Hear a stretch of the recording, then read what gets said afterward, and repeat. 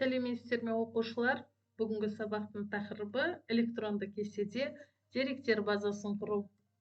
Сіздің білетініңіз Excel кестелік процессорында деректер базасын құру. Электронды кесте түрінде берілген деректерді өңдеудің интерактивті жүйесі. Кесте ұяшықтарына саңдар, мәтін немесе ұяшық мәтіннің басқа ұяшықтарға тәуелділігін анықтайтын формулалар жазылады.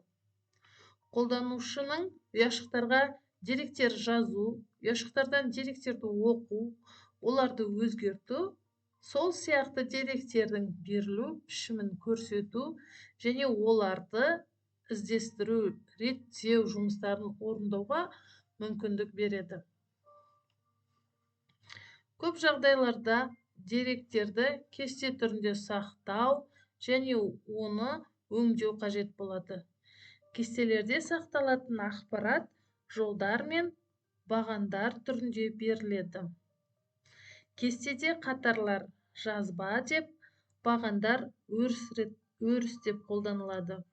Жазбада нысан туралы дерек берілсе, өрісте сол нысанның белгілі бір қасиеті жазылады. Осылайша деректер базасы белгілі бір қасиеттері бар әртүрлі жазбалардың жиынтығы деуге де болады. Кез келген деректер базасының бірінші жолында өріс атаулары көрсетілген. Деректер базасының ең қарапайым түрі кестеде тұрады. Бір ғана кестеде тұрады. Деректер базасы ретінде Excel электрондық кестені алуға болады. Microsoft Excel'де деректер базасына тән барлық амалдар орындайтын функциялардың жиынтығы қамтылған. Excel программасында деректер базасының ең үлкен өлшемі оның нұсқасының мүмкіндіктермен анықталады. Яғни парақ пен жолдың саны. Деректер базасы бір парақта құруда болады.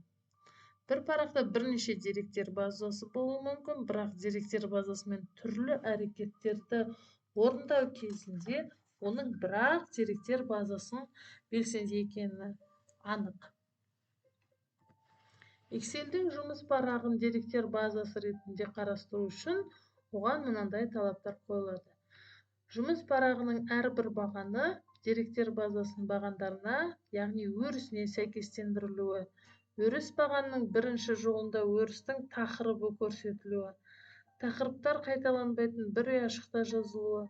Жазбалар тікелей тақырып жолдарына астына орналасуы. Жазбаларды бос жол қалдырмай бірінен соң бірінің енгізілуі. Егер бос жол кездессе, бұл деректер базасының соңы деп есептелінеді.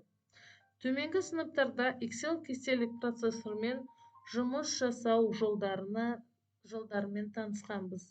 Яғни Excel деректер базасы ретінде қалай қолданамыз.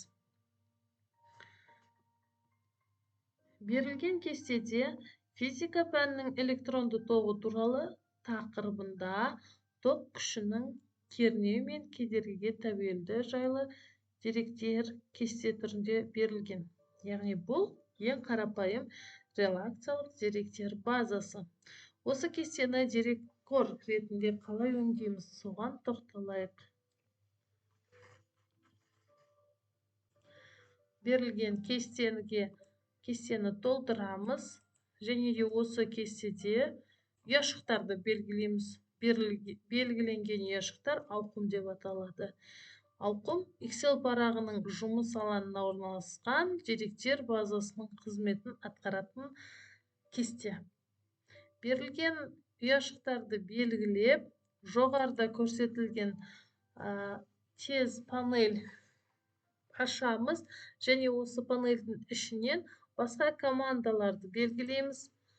Келесі терезеде бізде командалардың ішінен біз команда лентада емес, яғни лентада емес командаларын таңдаймыз және де астында берілген тізімнің ішінен форма деген тізімді таңдаймыз. Яғни бұл жерде қол жеткізу үшін бізге ең бірінші форма керек.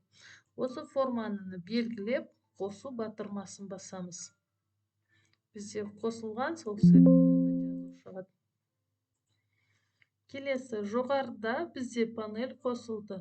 Енді берілген ұяшықты таңдап, осы быстрый панель дегенді басу арқылы біз келесі терезені аша аламыз. Бұл терезеде не көрсетілген? Жалпы осы беттегі лист бір көрсетілген, оған атау бердік. Деректер базасы 1 деп, тоқ күші 0-ге тең, кернеуі 220-ға, және де кедергісі 20 омға. Яғни бұл жерде бүйтіп қосатын болсақ, ары қарай қосыла береді. Ал өшу болса, удалить деген батырманы басамыз. Алдыға, артқа деген батырмалары басу арқылы біз диапазондарды, формулаларды оңай түрде көрсете алады екенбіз.